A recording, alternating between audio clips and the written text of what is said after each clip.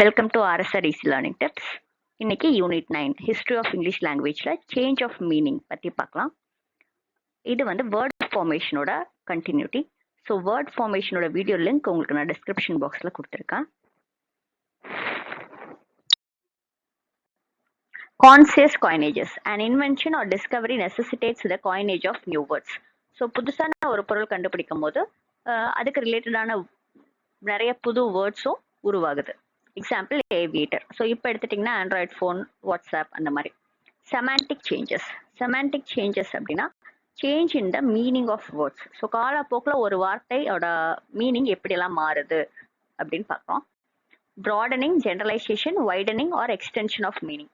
Broadening is the change in the meaning of a word by expansion, so that the word is applicable in more contexts than it previously was. So பழைய காலத்தில் இப்போ business அப்படின்னு பார்த்தீங்கன்னா ஒரிஜினலாக state of being busy அதுதான் meaning. ஆனால் இப்போ வந்து பார்த்தீங்க அப்படின்னா எல்லா கைண்ட்ஸ் ஆஃப் ஒர்க் ஆக்குபேஷனுக்கு நம்ம யூஸ் பண்ணுறோம். அதே மாதிரி கம்பேனியன் பழைய மீனிங் வந்து பார்த்தீங்கன்னா one who eats bread with another person. ஆனால் இப்போ கம்பேனியனோட மீனிங் வந்து பார்த்தீங்கன்னா associate, partner, escort, workmate, colleague அந்த மாதிரி. ஸோ கம்ரேடோட பழைய மீனிங் வந்து one who shares a room. ஆனால் இப்போ கம்ரேட்னு யாரெல்லாம் சொல்லுவோம்? Friend, associate, partner, coworker, colleague எல்லாத்தையுமே கம்ரேட் அப்படின்னு சொல்லலாம். நெக்ஸ்ட் வந்து பாருங்க, specialisation, restriction or narrowing.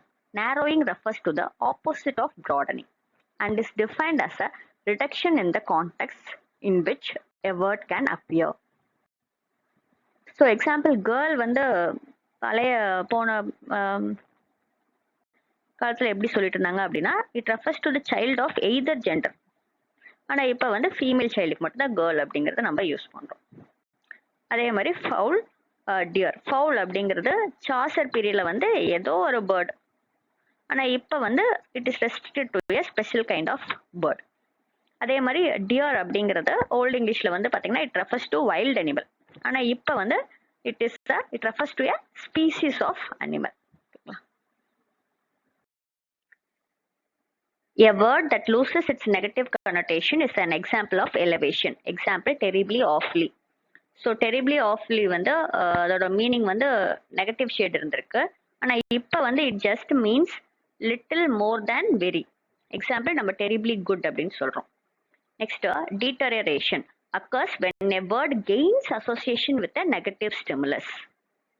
Example, accident வந்து பார்த்தீங்க அப்படின்னா எ சான்ஸ் ஆஃப் ஈவெண்ட், எதேச்சியாக நடந்த ஒரு செயலை ஆக்சிடென்ட்னு சொல்லிட்டு இருந்தாங்க. ஆனால் இப்போ வந்து ஆக்சிடென்ட் அப்படிங்கிறது ஒரு மிஸ்ஃபார்ச்சூன் ஆர் இன்ஜுரி, அடிப்பட்டதை நம்ம வந்து ஆக்சிடென்ட் அப்படின்னு சொல்கிறோம்.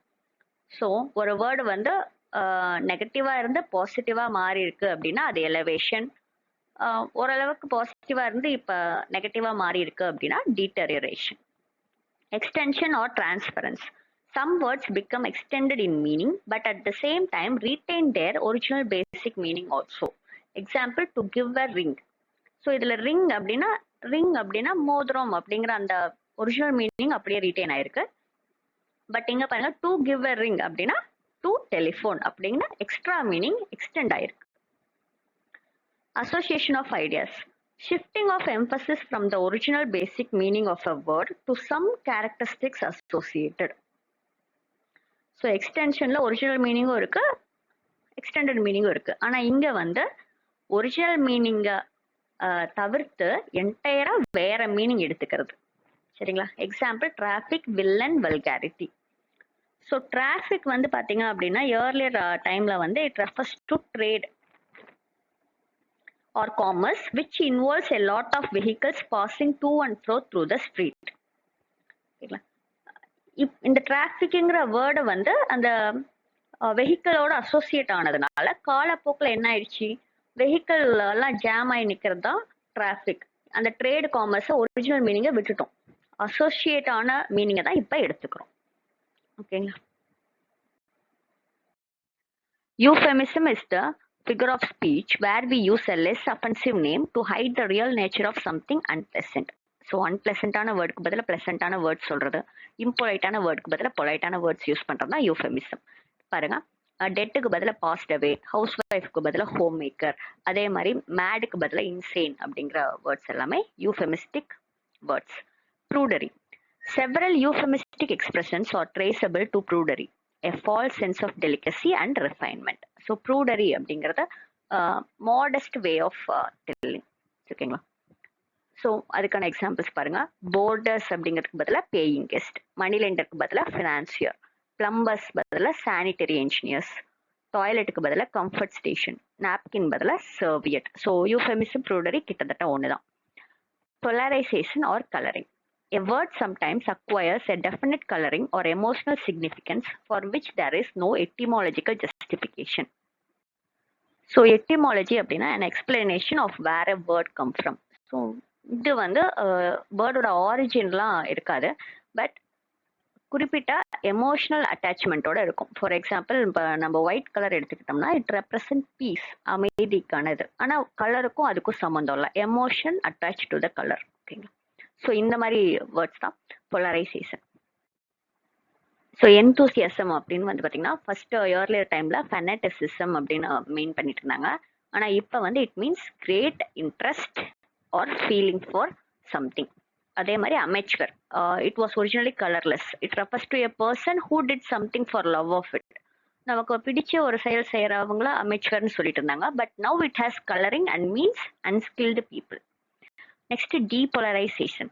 ஸோ டீபோலரைசேஷன் அப்படின்னா சம் வேர்ட்ஸ் பிகேம் டீபோலரைஸ்ட். அதாவது இயர்லியர் பீரியட்ல வந்து பாத்தீங்கன்னா சில வேர்ட் வந்து சில குறிப்பிட்ட மக்களை மட்டும் ரெப்ரசென்ட் பண்ற மாதிரி இல்ல அன்பாப்புலர் வியூஸை சொல்ற மாதிரி இருந்துச்சு.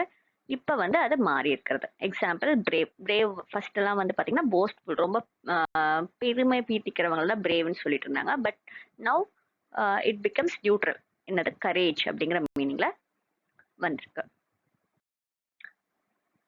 Metaphorical application. The figurative sense of a word in due course become one of its meanings. So figures of speech. Simile, metaphor கேள்விப்பட்டிருப்பீங்க. So simile, metaphor ரெண்டுமே கம்பேரிசன் தான். Example time is money. Next she swims like a fish. as like அப்படிங்கிற வார்த்தைகளை பயன்படுத்தி compare பண்ணா அது சிமிலி. இந்த வார்த்தைகள் இல்லாம கம்பேர் பண்ணா மெட்டஃபர். ஓகேங்களா? ஸோ எப்படி இந்த மெட்டஃபரிக்கல் அப்ளிகேஷன் மீனிங்கை சேஞ்ச் பண்ணிச்சு அப்படின்னு நம்ம பார்க்க போறோம்.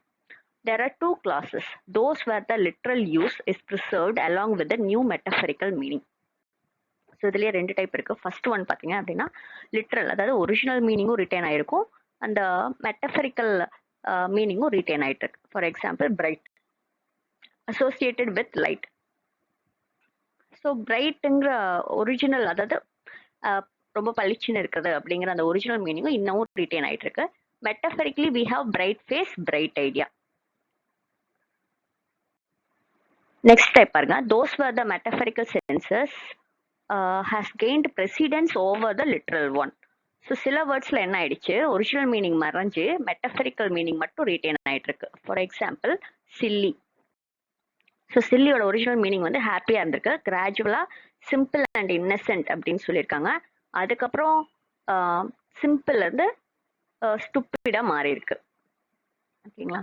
இப்போ வந்து நம்ம அந்த லிட்ரல் மீனிங்கை விட்டுட்டு மெட்டஃபரிக்கல் கம்பேரிசனான சில்லி மீன்ஸ் ஸ்டூப்பிட் அப்படிங்கிற மீனிங் தான் யூஸ் பண்ணிட்டு இருக்கோம். Reversal of meanings. Some words change so much as to bring about a reversal of their meaning. Example க்ராசர்.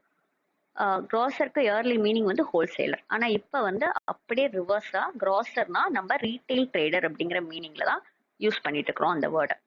Popular misunderstanding or corruption. Misunderstandings are sometimes responsible for a change of meaning. So undulating அப்படின்னா uneven surface. ஆனால் people வந்து இந்த வேர்ட்ல இருக்கிற அப்படிங்கிறது ப்ரிஃபிக்ஸ்ன்னு நினைச்சிட்டாங்க. அதனால என்ன பண்ணிட்டாங்க, அன்னை ரிமூவ் பண்ணிட்டு அடுலேட்டிங் அப்படிங்கிறத ஃபிளாட் ஆர் லெவல் சர்ஃபேஸ் அப்படிங்கிற மீனிங்ல யூஸ் பண்ண ஆரம்பிச்சிருக்காங்க. Proper names becomes ordinary parts of speech. Dunce, dunce quarters, malapropism, Mrs Malaprop, bedlam, Bethlehem hospital.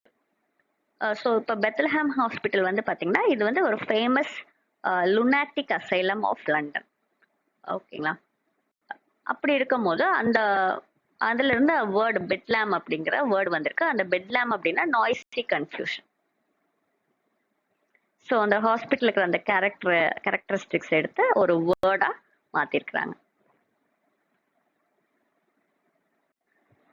So Mrs Malaprop அப்படிங்கிறது வந்து பார்த்தீங்க அப்படின்னா அவங்க வந்து ஒரு கேரக்டர், ரிச்சர்ட் பிரின்ஸ்லே ஷெரிடனோட பிளே ட்ராமா த ரைவல்ஸ் அப்படிங்கிற வர ஒரு கேரக்டர். ஸோ அவங்க வந்து எப்போவுமே ஒரு வேர்டுக்கு பதிலாக அதே சவுண்ட் இருக்கிற வேற மீனிங் கொண்ட வேர்டை யூஸ் பண்ணுவாங்க. ஸோ அதே வந்து இப்போ காலப்போக்கில் மேலப்ராபிசம் அப்படிங்கிற வேர்டு வந்து யூஸ் பண்ணுறோம், which means verbal blunder, in which one word is replaced by another similar in sound but different in meaning. So அந்த கேரக்டர் அந்த ப்ராப்பர் நவுன்ல இருந்து ஒரு பார்ட்ஸ் ஆஃப் ஸ்பீச் ஒரு நவுன் வந்திருக்கு malapropism. Thank you, all the best.